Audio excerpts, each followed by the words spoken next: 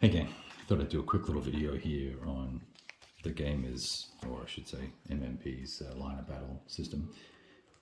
Having a look at To Take Washington. And here's the short and sweet of this. I really like the way this game plays.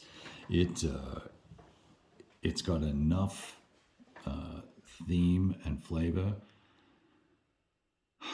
and I guess period specific mechanics in terms of opening volleys and returning fire, the granular nature of the artillery and how that works.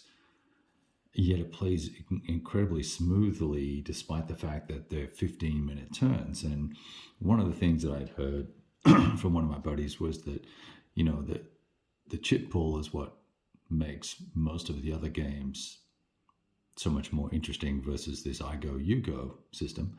But given how smoothly this game plays, number one, and number two, also the fact that it's a 15-minute turn, the I go, you go aspect really doesn't factor in as much because, number one, you're probably not sitting around as long, excuse me, once you get into the rhythm of this.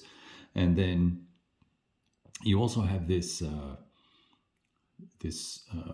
sort of intensity of focus as you're playing because as you're doing this, it's a 15-minute turn, right? So you've got forces exchanging fire, and then they're essentially attempting to close, and then attempting to charge and executing that charge, and the charge takes 2 seconds to execute because all you're doing when you do this, so if this was a charge into here, for instance, you would execute the charge, and assuming you made all your rolls, you get into contact. The defender is automatically going to lose a step. And then it's up to them to roll on their morale. And then based on where they're situated, based on leadership and some terrain factors, size factors, that's going to impact the die roll. And then that morale roll is what's going to determine whether or not they stay in the hex or not. Extremely simple, very clean.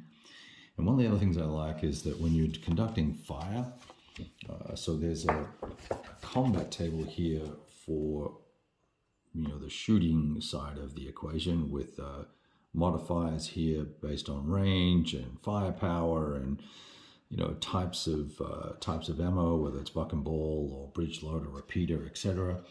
And the attacker is going to use this table.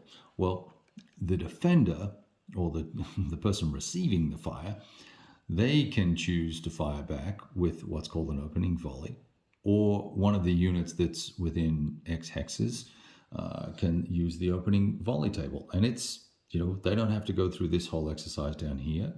They just use this table here. And if there's a range and an activity column, and then you look and see, you roll a d6, and that's whether or not you're successful, depending on what's going on. So I like that. It means you can get through these activities really quickly versus trying to remember that there are certain exclusions for A, B, or C activity versus D, E, and F activity, and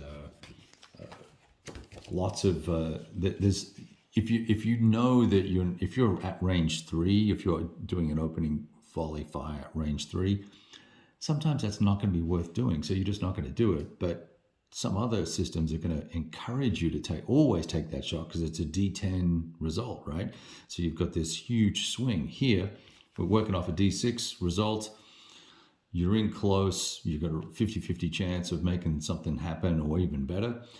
So it makes it worthwhile for you to conduct that open volley exercise. So obviously there's a whole other layers to the game here as well that I haven't discussed with you yet, and we'll probably get into that a little bit later on. But we'll have a look at orders and how they work. Right now, everyone's operating off their orders they started with. They've got their orders. They're here to take the railroad bridge and the covered bridge, and there's some stuff off camera that the cavalry is supposed to be taking care of. The Union just rolled to set fire to this bridge and after 4 attempts, they finally made it. So that was pretty cool in of itself. I never actually got onto the bridge to attempt to make an assault across. So that was probably a mistake on my part. But we took a bit of a pasting here with shots fired on these guys. Actually, he's missing a. He's got at least a 2, I recall. So anyway, really enjoying this. I love the artwork. I like the counters. The rule book is really well laid out. It's the very tight and precise Dean Essig wording. The charts, besides being a bit of an eyesore, they've taken a little bit of work to comprehend effectively and understand them correctly.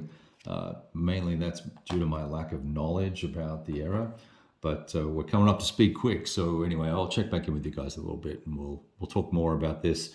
And we're going to move on to what's that going to make it? The midday turn in this scenario, and then we'll be seeing some reinforcements for the rebels, for the Confederates. All right, all the best.